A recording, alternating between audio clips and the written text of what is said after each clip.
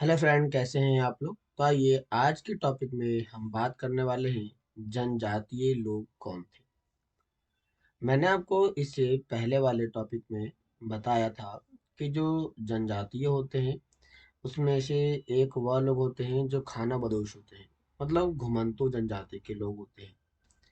जनजाति की यदि बात करते हैं तो जनजाति से हमारा जो सीधा संबंध होता है वह पहाड़ी क्षेत्र में रहने वाले लोगों से होता है, या फिर वो लोग होते हैं जो समाज के अंदर जो समाज के अंदर अस्थायी तौर से रहते हैं।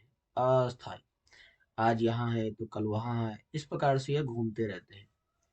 जैसे कहता है, क्या कहता है, समकालीन इतिहासकारों और मुसाफिरों ने जनजातियों के बारे में बहुत कम जानकारी दी। अब यहाँ पर इतिहासकार, इतिहासकार का मतलब जो लोग घूमने के लिए बाहर से आए या फिर जिन लोगों ने भारत में खोज करने का काम किया, उन लोगों के द्वारा यहाँ पर जनजातियों के बारे में बताया तो गया, लेकिन उनके पास जो जानकारी थी वह जानकारी काफी कम थी।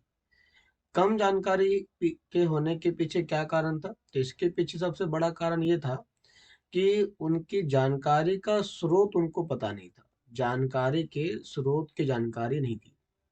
जैसे आपको पता होगा कि जो इतिहासकार और जो जनजाति लोग होते हैं, वह जनजाति लोग अपने बारे में, मतलब कि अपने अतीत के बारे में कभी भी किसी भी जगह पर लिखने का काम नहीं करते थे। इसलिए उनके बारे में पाई गई जानकारी काफ़ी सीमित और काफ़ी कम देखने को मिलती थी। इसीलिए इतिहासकारों के द्वारा और मुसाफिरों के द्वारा जनजातियों के बारे में जो जानकारी मिलती है, काफ़ी कम जानकारी मिलती है। कुछ अपवाद को छोड़ दें। अपवाद का मतलब होता है कुछ ऐसे इतिहासकार थे, कुछ ऐसी जनजातियाँ थी, जिसके बारे में हमें जानकारी मिली और ये जानकारी काफ़ी बड़े स्केल पर या फिर कह सकते हो विस्तृत जानकारी में प्राप्त होती है।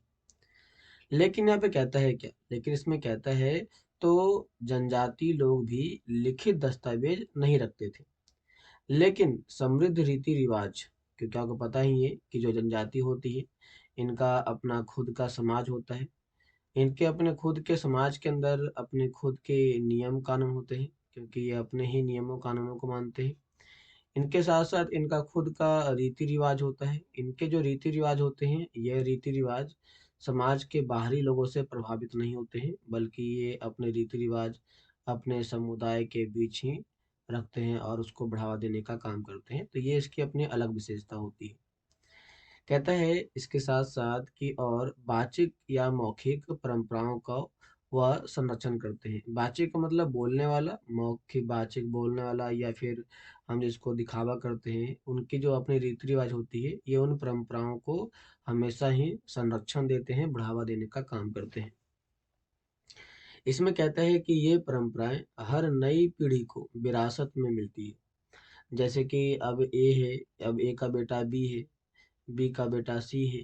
तो जो ए ने अपने समय में परंपराओं को स्थापित किया था या परंपराओं को जो अपनाया था, यही परंपरा अब सी वाले को भी मिलेगा। मतलब कि ये परंपरा वंशानुगत एक पीढ़ी से दूसरी पीढ़ी, दूसरी पीढ़ी से तीसरी पीढ़ी को स्थानांतरित करते गए। कहता है आज के इतिहासकार जनजातियों का इतिहास इसलिए लिखने के लिए इन बाचिक परंपराओं का इस्तेमाल करते हैं। बाकी मतलब बोले गए परंपराओं का, जैसे कि हम कहते हैं ना कहावतें होती हैं, तो जो कहावतें आप सुनते हैं, ये कहावतें कहीं ना कहीं हमारे अतीत के बारे में बताते हैं। और इन्हीं कहावतों के आधार पर इतिहासकारों ने इतिहास के अंदर जनजातियों के बारे में लिखने का काम चालू किया, जो काफ़ी हद तक संक्षिप्त जानकारी है, जो पूर्ण जानकारी नहीं देता है। कहता है जनजाति लोग भारत के लगभग हर क्षेत्र में पाए जाते थे। किसी भी एक जनजाति का इलाका और प्रभाव समय के साथ साथ बदलता रहता है। जैसे कि हम यहाँ पर जनजाति की यदि बात करते हैं, तो जो जनजाति लोग होते हैं, ये जनजाति लोग घुमंतू होते हैं, और घुमंतू होने के कारण ये अपने आप को समय और वातावरण के अनुसार, वातावरण मतलब इन्वायरमेंट के अनुसार, टाइम के अनुसार बदल लेते हैं। जैसे कि आपको पता होना चाहिए, जब भी हमारे पास गर्मी पड़ती है तो गर्मी के कारण ये लोग मैदानी इलाकों को छोड़ देते हैं और चले जाते हैं पहाड़ी इलाकों में।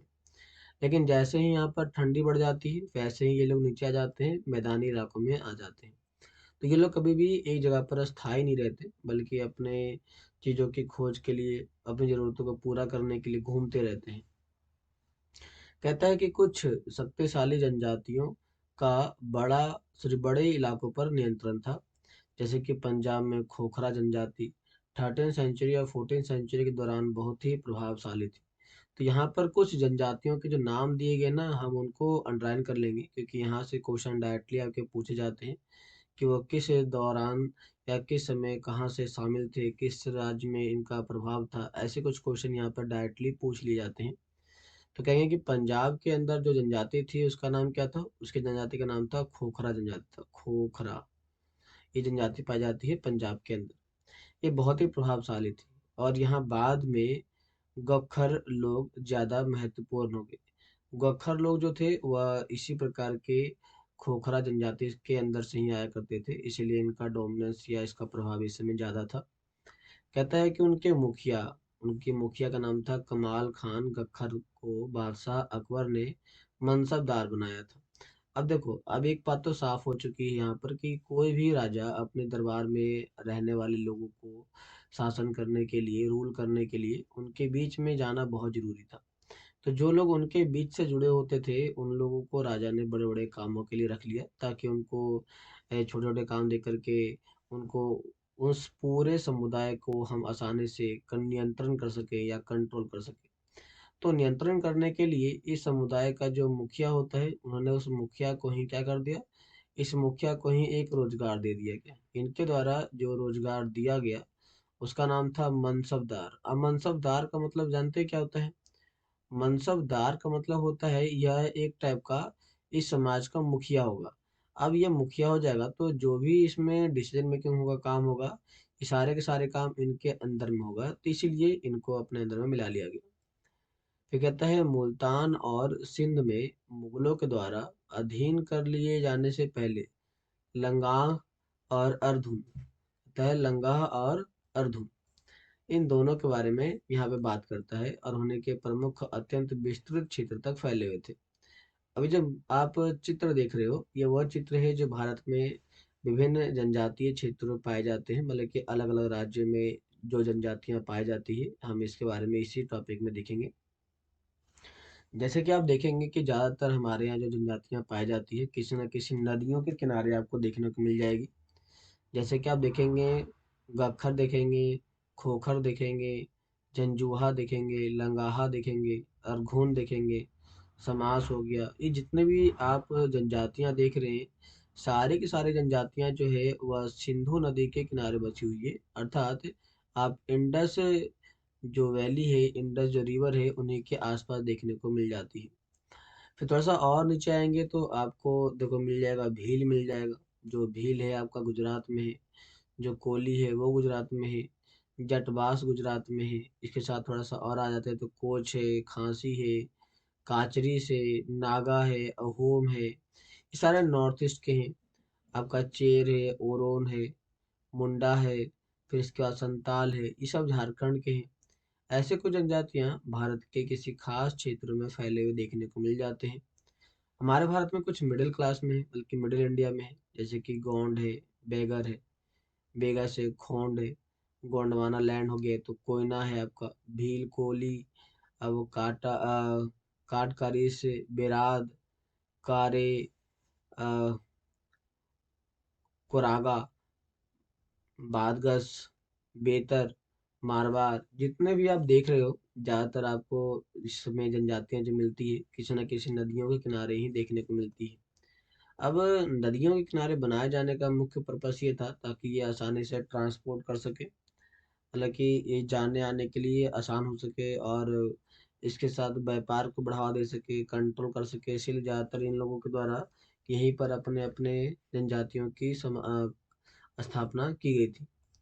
कहता है कि उत्तर पश्चिम में से एक विशाल और शक्तिशाली जनजाति थी, इसका नाम था बलूच।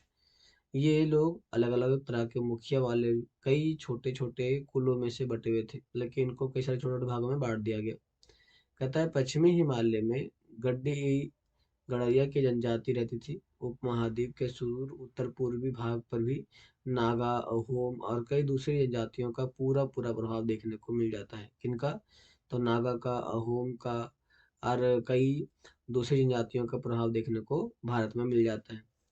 यहाँ पे कहता है कि मौजूदा बिहार और झारखंड के कई सारे इलाके में हम जो बात करते हैं 12th सेंचुरी के बारे में, तो 12th सेंचुरी में यहाँ पर सरदार शाहियों का उदय होता है। सरदार शाही का मतलब होता है जिन्होंने अपने जीवन को सरदार के माध्यम से या सरदार की तरह जीवन जीने के लिए कई सारे काम किए, व्यवस्थाएं की, महल बनवाए, किले बनवाए। ऐसे इसी सभी कामों के लिए बिहार झारखंड के कुछ यहाँ पर लोगों को हमने क्या कह दिया, तो सरदार शाही नाम दे दिया गया। कहता है बादशाह अकबर के प्रसिद्ध सेनापति, बादशाह अकबर के प्रसिद्ध सेनापति का नाम क्या था? राजा, इनका नाम था राजा मानसिंह था। राजा मानसिंह इनके बहुत ही वफादार सिपाहियों में से एक माने जाते हैं, खास करके मुगलों के दौरान। जब हम बात करते हैं बादशाह के दौरान, तो इनके लिए सबसे बड़े हथियार के तौर पर ये माने गए थे। इसमें एक टॉपिक आगे चलते हैं, तो यहाँ पे कहता है, क्या कहता है, लेकिन वह कहता है कि लेकिन वह पूरी तरह अधीन नहीं कर पाए और औरंगाबाद के समय में मुगल सेनाओं ने औरंगाबाद के समय में, सॉरी, जो औरंगाबाद के जो मुगल शासक थे उन्होंने इसमें अपने बड़े कंसाइनमेंट को एक जगह से दूसरी जगह फैलाने का काम चालू कर दिया था। तो कहीं ना कहीं उस दौरान के अकॉर्डिंग ये इलीगल था या गैर कानूनी, आप कह सकते हो, ये गैर कानूनी काम इसमें किए गए थे। अब यहाँ पर तो कहता है कि कहता है लोगों के कई किलों पर कब्जा किया गया और इसे जनजातियों को अपना अधीनस्थ बना लिया गया। वास्तव में सही है कि जो लोग जंगलों में रहते हैं, जंगलों में जो लोग रहते हैं, उनको जब तक यहाँ से हटाएंगे नहीं, तब तक वो लोग यहाँ पे खदान नहीं कर पाएंगे, माइनिंग नहीं कर पाएंगे और जो उनको ज़रूरत है वो पूरा नहीं कर पाएंगे। तो इसीलिए ये सारी चीज़ें इसमें इम्पोर्टेंट मानी जाती है। इसमें आगे कहता है क्लास के, इसमें आगे कहता है कि इस जनजातियों को अपना अधीनस्थ बना लिया गया। इस क्षेत्र में रहने वाली महत्वपूर्ण जनजातियों में एक मुंडा और संताल थी। ये उड़ीसा और बंगाल में भी रहती है। मतलब कि हमारे पास जो दो जनजातियां हैं जिसका नाम हमने अभी देखा, मुंडा जनजाति है और संताल जनजाति है। ये दोनों जनजातियों का जो आपका ओरिजिन पॉइंट है वो उड़ीसा है और रताली है। सॉरी सॉरी सॉरी सॉरी, ये उड़ीसा और बंगाल में रहते हैं। कहाँ रहते हैं? उड़ीसा और बंगाल में रहते हैं। कहता है कर्नाटक और महाराष्ट्र की पहाड़ियाँ जो होती है वो कोली, बेराग या दूसरी अन्य जनजातियों से निपटने के लिए इसको बनाया जाता है। कहता है कोली लोग जो थे वह गुजरात के कई इलाकों में रहते थे और कुछ और दिन दक्षिण में कोरागा, बेतर, मारवाड़ और दूसरी जनजातियों का विशाल आबादी थी, तो वहाँ पर ये चले जाया करते थे बीजा के साथ। इसमें कहता है कि भील की सबसे बड़ी जनजाति पश्चिम और मध्य भारत में फैली हुई है। तो कह रहा है क्या, भील की कहाँ पे फैली हुई? तो पश्चिम में और मध्य भारत में फैली हुई है। तो पश्चिम की और मध्य भारत की यदि बात करते हैं तो थोड़ा सा देखिए। कहता है कि ये पूरा जो इलाका देख रहे हो, पश्चिम का ये इलाका, मध्य का ये इलाका और इसके नीचे ने जितना भी पश्चिम का इलाका है, सारा का सारा यहाँ पर मैनेजमेंट या फिर री स्टोर करने की बात यहाँ पर दोबारा से की जा रही है क्लास। अब यह कहता है कि अंत में आते आते कई जगहों पर कई जगह बस गए और खेती और जगह की जमीनें बन चुकी थी। भील के कई समुदाय शिकारी संग्राहक बने और मुजरा छत्तीसगढ़, मध्य प्रदेश, महाराष्ट्र, आंध्र प्रदेश और गोंड लैंड बड़ी तादाद में फैली हुई है। तो कहीं कहीं ठक्कर लग जाएगा तो वो टूट जाएगा, इसलिए कहीं ना कहीं हम इसको रोकने का काम करते हैं और जो संग्राहक शिकारी होते हैं उन्हें बढ़ावा देने की बात करते हैं। ऐसे लोगों को समाज के अंदर सरकार के द्वारा कई सारी नीतियों के माध्यम से रुकावट उनको बढ़ावा देते हैं। इसमें कहता है कि भारत में कहाँ कहाँ पर है, तो ऐसे लोग जो मिलते हैं छत्तीसगढ़ मिलते हैं, मध्य प्रदेश, महाराष्ट्र, आंध्र प्रदेश में गोंड लोग सबसे ज़्यादा पाए जाते हैं। क्यों? क्योंकि यहाँ पर इन लोगों को पकाया खाया जाता है, इसलिए इन लोगों को यहाँ पर लाया जाता है। तो बड़े स्केल पर ये लोग यहाँ पर रहते हैं। तो क्लास आज की टॉपिक हमारी यहीं तक थी। ये आपको कैसा लगा जरूर बताइए और वीडियो को सब्सक्राइब लाइक जरूर करें। तो मिलते हैं नेक्स्ट क्लास में, तब तक के लिए धन्यवाद।